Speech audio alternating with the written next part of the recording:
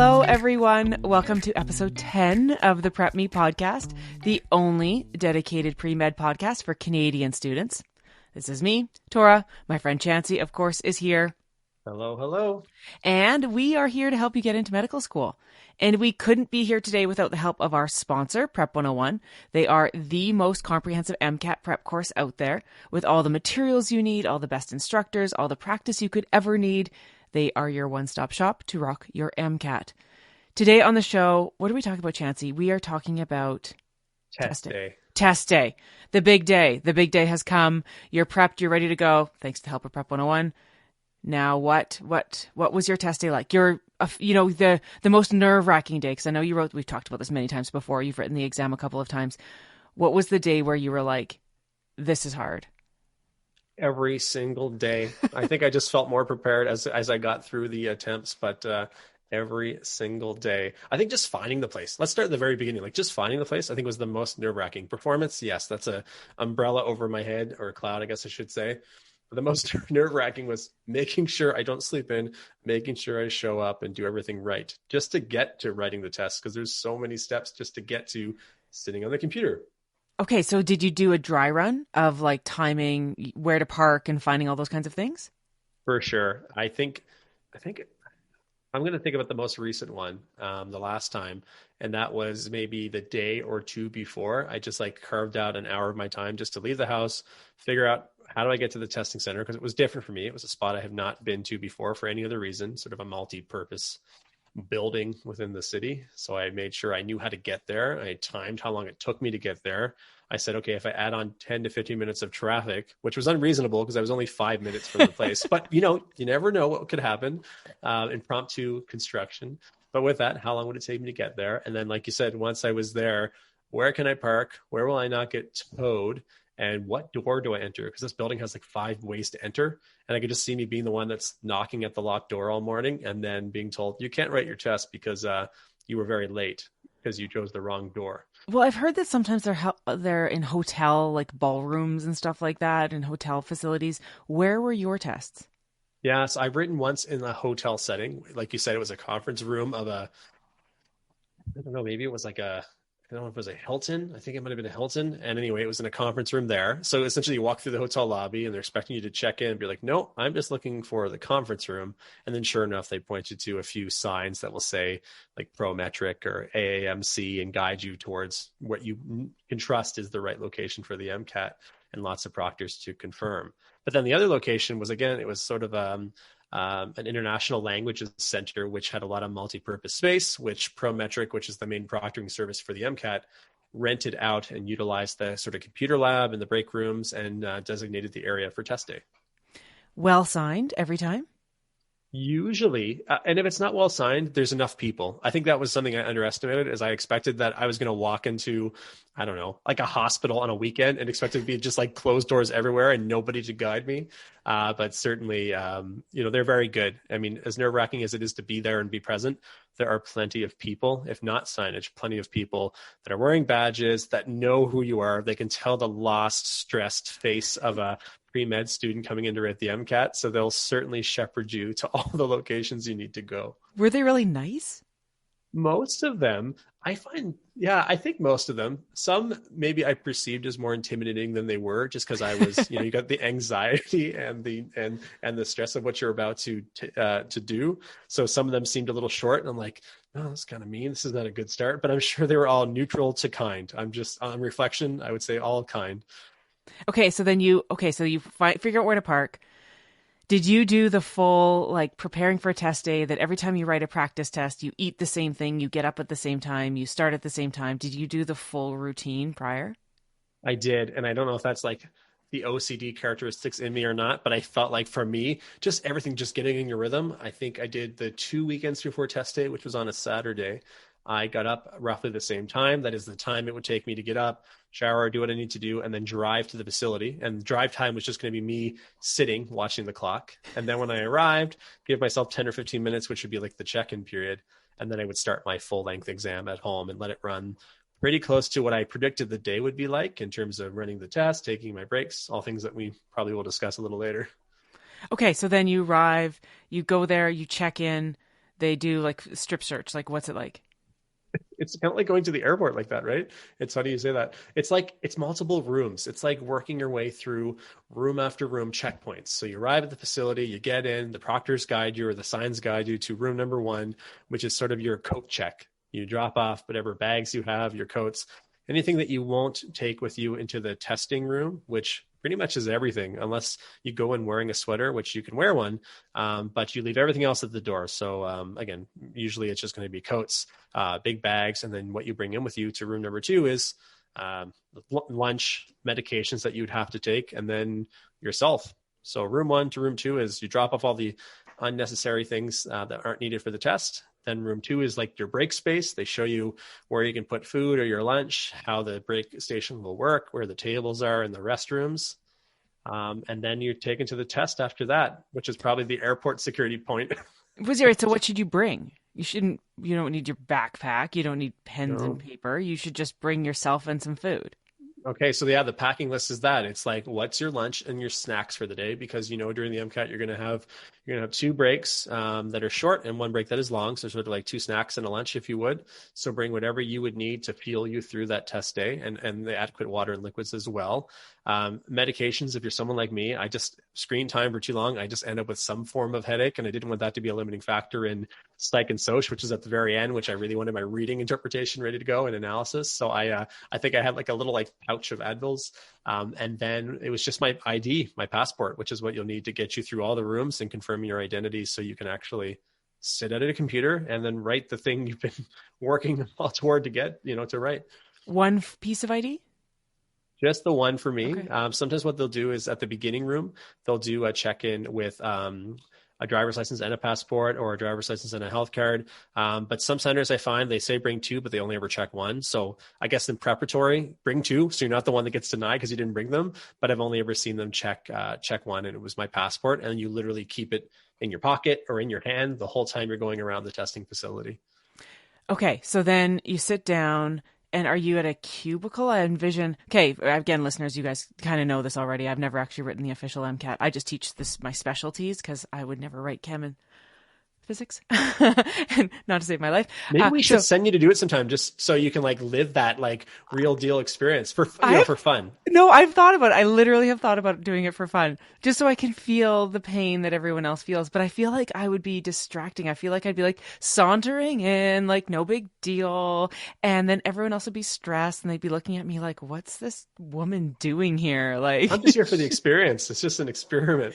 Like this middle-aged mom decides to just hang out at the MCAT for the day. Like what? And go and like crush the exam. I know. That's what I'm worried about. What if I came out with psych or like chem and physics with a decent grade just by guessing? I don't know. I'd just Career change. I know, it'd be hilarious. But my calling, I'd find it. Okay, so you go in, cubicle, like walls up, you can't see anybody else. For the most part, it's cubicle, either something that looks like it's been in place or something that's a bit more makeshift with almost like cardboard. But yeah, you've got your designated space that you have three walls to, so you can't see computers to your neighbors, you can't see their faces, and same thing like in front of you, you're looking at a wall, and then just your desktop computer in front of you. Now you're not alone. Like you've got the companionship of usually a camera sitting like just a foot or two away on a tripod that's recording you taking the exam and recording everybody else in the facility. So that's sort of a unexpected accompaniment, I guess, to the exam that people don't know about. Is there someone walking around? Yeah, typically. Usually they'll have one or two proctors that are designated to the room with the computer labs. Because like I said, there was the coat check, there was the lunchroom with washrooms, and then there was the testing facility, which in and out of that room, that's when you're showing your passport. It's when you're typically doing finger IDs. So they actually take prints and they'll get you to scan in and out of the room. They'll usually wand you like at the airport looking for a medal. They'll get you to roll your sleeves up for any types of notes or writing. You pass all those tests, you're in the testing room where you'll have two proctors just rotating, checking on you. Often candidates will raise hand if there's a technical difficulty, or say they run out of paper or a whiteboard marker is dry, they'll be able to come and facilitate that for you. But yeah, always two. How early should you get there? Like, I feel like I'd kind of want to just coast in as opposed to stewing. I was going to ask you what kind of person you were. So if your test is we'll say most of these bookings will say arrive at your testing center at 7:30 or 7:45. So if it's 7:30, when would you arrive for a 7:30 test? 5 minutes late or Yeah, 5 minutes late. oh, okay. So I arrived at the testing facility, I think at like 6:50, like 6:57, because then I knew like I was certainly up. I can verify I'm in the right place. I could watch for other candidates, which gives you that reassurance that like, okay, yeah, correct location. Everyone looks like me, all kind of white in the face and flustered. That's my people. Those are my people right there. We're doing the same thing. And then you typically see them open up a door or put the signage up, and then you confirm you're in the right spot. So for me, yeah, I was like 45 minutes to an hour early almost, which I'm sure there are people that come earlier than that, and I'm sure there's people that come right at 7:30, ready to go. Because the Yeah, reality is, I'm just kind of the person that would be like, okay, well, I'm also the person that always shows up about half an hour later than suggested for your flight. I always make it. I never miss it. I just talk my way through security. yeah, I just kind of feel like sitting there and like vibrating wouldn't be beneficial. yeah, no, that's fair. And there's some people that do that. And it's to that point, is there really any merit to showing up that early? Probably not, because they only open certain doors at the time point at 7:30, and then you've got a lineup of people just waiting to get in. So yeah, if you're early, sure, you're going to be the first or second Can person you in the just lineup. smell But the stress? yeah, it's you can feel it. There's an aura of the room, of the lineup, of everyone just, no one's really talking, like some small talk here and there, some odd half smiles, but everyone's just kind of like, what have I done in my life? Like, why did I do this to myself? I know, right? Okay, so then you sit through chem and physics, then you get a break. Like there's no talk, like you just sit in your room and like quietly eat your granola bar. Yeah, sort of. Because like That's I so guess that's your weird. day, right? It's like it's quiet when you're obviously when you're test writing, you're sitting there with whatever, your earplugs, your overhead ear mufflers, and you're doing the section. And then when the clock's done, it doesn't say, would you like to take a break? It just assumes that you're taking a break, and it starts counting down 10 minutes, and then you get 10 minutes to get up out of your seat, check out of the room, scanning your fingerprints, and then working your way to the lunchroom. So yeah, you could sit there in silence, which a lot of people do.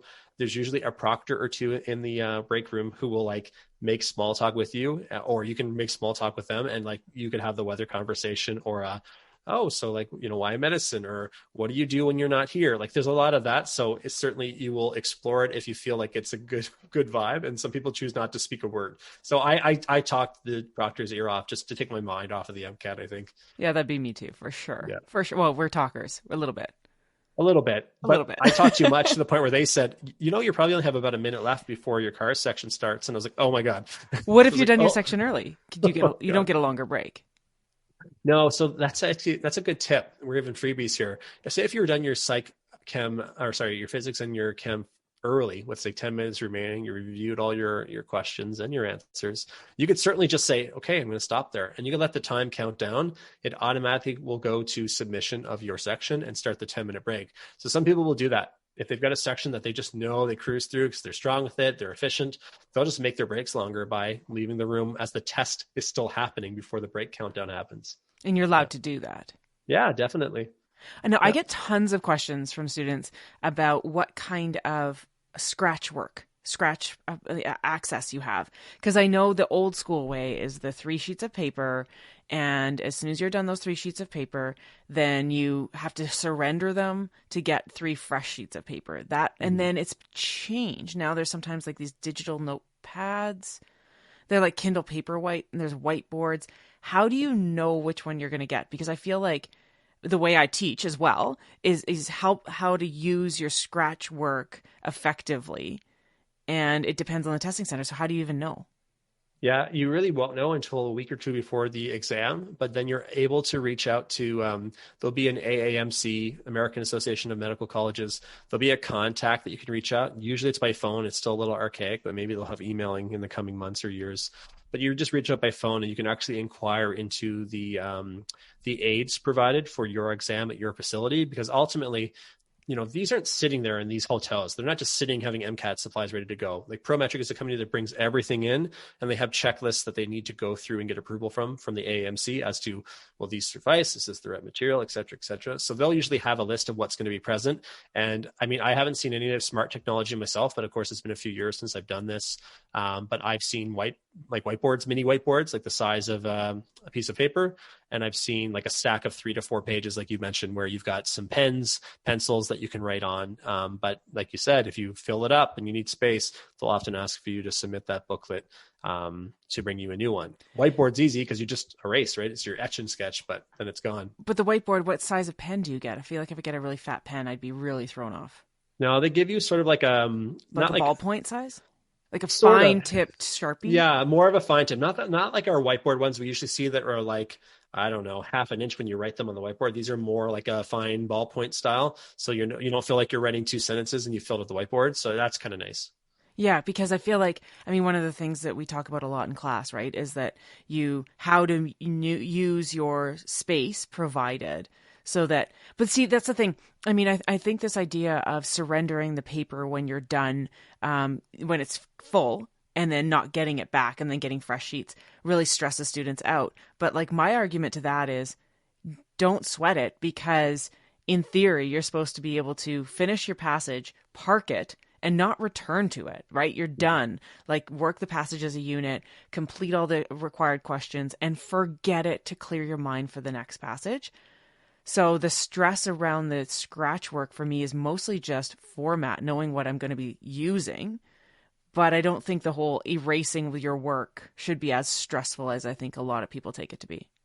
For sure. And especially if you get asked every time you leave the room or every time there's a break by the proctors of, do you need any supplies? Do you need fresh paper? So if you say, I'm going to use a booklet for every section, and I would be astonished if anyone can fill out the 4 to 5 pages easily for just like one section. I Oh my can. gosh. Oh my God, I write everything down. You are faster than I will ever be in terms of your penmanship. But like, so that's you. Me, not a chance. Like I think on my scrap paper, folks, I may have used a page for the whole exam, like maybe a page. Really? Yeah, just one singular page. I mean, especially when I'm doing car stuff, I use the whole. I Because you're use the a cars third expert. of the. I know, but I use a third of the sheet for each passage. So 3 passages a sheet.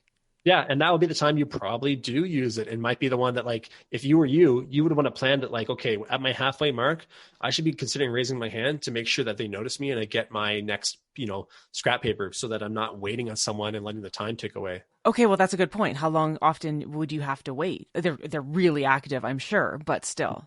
Well, say it like this: 2 people are writing the section, or they're just ahead of you in the day, because not everyone starts at the same time. It's a staggered start. So somebody could be near the tail end of terms and having a technical issue. You could just be starting. And if you raise your hand and those 2 proctors are, with other students, your clock's just, counting down. So you need to have a plan as to, okay, I'm out of paper. What am I doing? What's my strategy there? Like, it's not going to be 10 minutes. It's not going to be 5 minutes waiting, but it could be 30 seconds, to a minute, which every minute counts in cars, at least for me as someone who really struggled with the timing.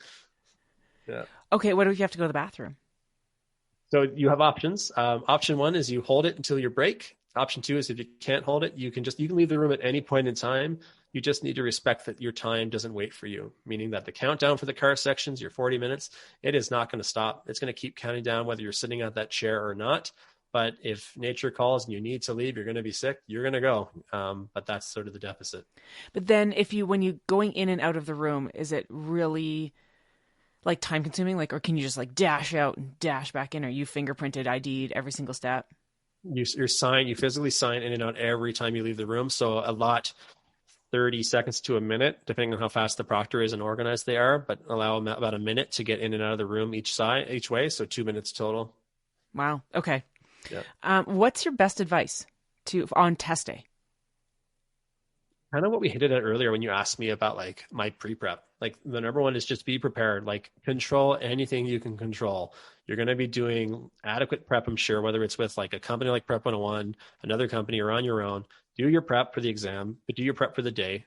I'm not the kind of person that normally would mimic the way I did the MCAT, but I found it helpful to, in the weeks prior, to practice like I was doing the test day on a Saturday and do it 2 times in a row, have my meal, practice doing a full length test. When was I taking water? How was I using my breaks? So that honestly, the only thing that was new for me on test day would be what the content was when it popped up. And that is the content that isn't necessarily what I study, because I know that it's the new content. But I wasn't stressed about the environment. I wasn't stressed about the clock. I knew my timing to a T. I knew what I had waiting for lunch. I knew how long it took me to eat that amount of lunch. I knew when I would use the washroom. It was all in my head. And that reassurance is so pleasant and so nice to have on a day where you're stressed about the uncertainties, which are the content. So I would say that prep, not just the knowledge, but like the practicality of the day is huge. What'd you eat? What did I eat on that day? Oh, it was not exciting. I think it was like a mixed salad with like chicken breast, and then I had like 11 granola bars, like 11, and I powered through those. I think I had one left or something like that, because you're almost like stress eating a little bit on the I would breaks. feel I like don't I'd know. bring like a Snickers, That's a good one. like I'm thinking like a race day. Like if I'm about to set on a marathon, I need like a Snickers at the end to give me like that energy boost, especially right before Sykes-O's. I think I That's a would, good time for a Snickers. yeah. I mean, because well, then, and I'm not actually Snickers is not my preferred chocolate bar, but it's just got that really good combo of like dense proteins and all that kind of stuff. So, Yeah, anyways, we're not sponsored by Snickers, but we would be we should, willingly you know. accept a sponsorship This is from them. free. Yeah. All right, so you go in, your test day, you're ready to go, you rock the exam. How do you feel when you leave?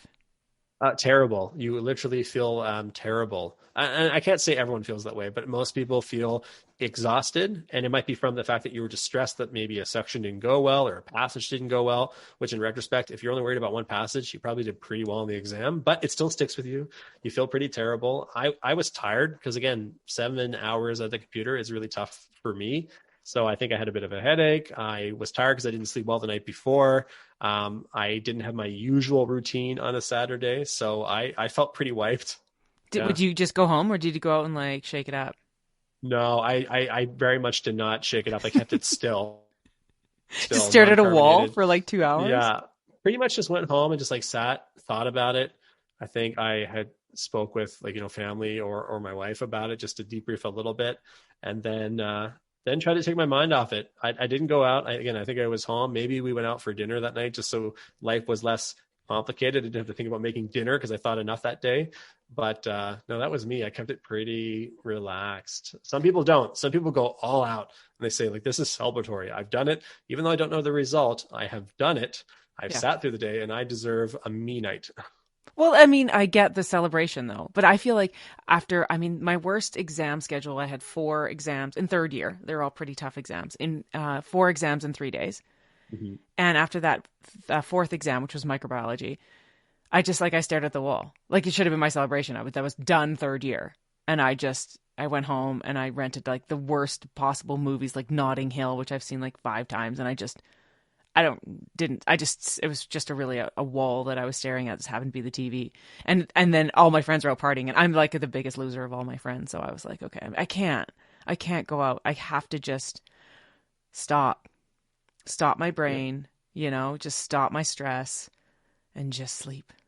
Well, it's kind of like I don't know, when your battery on your phone is blinking or like says you got 1% left, you want to go to power saver mode. That's how I felt at the end of the MCAT. It's like I was on like power saving mode. Like I could function, but I did not have the capacity to go out and do anything that was any extra to just sort of breathing, recapping, thinking, and getting ready to go to bed. That was me. And if it's you, that's cool too. And if you are like Doris friends and you can go out, that's good also. Like whatever you plan to do it and just try to get the MCAT out of your head. Well, and we wish everyone the best of luck on test day. The best way to prepare for test day, of course, is to take our sponsors course, Prep 101, the most comprehensive MCAT course out there. So we want to give them a shout out again. But Chancey, I think everyone's feeling a little bit more prepared thanks to this. So let's wrap it. Let's wrap test day up. Consider test day concluded. Have a good day, everyone. Talk to you You later. know.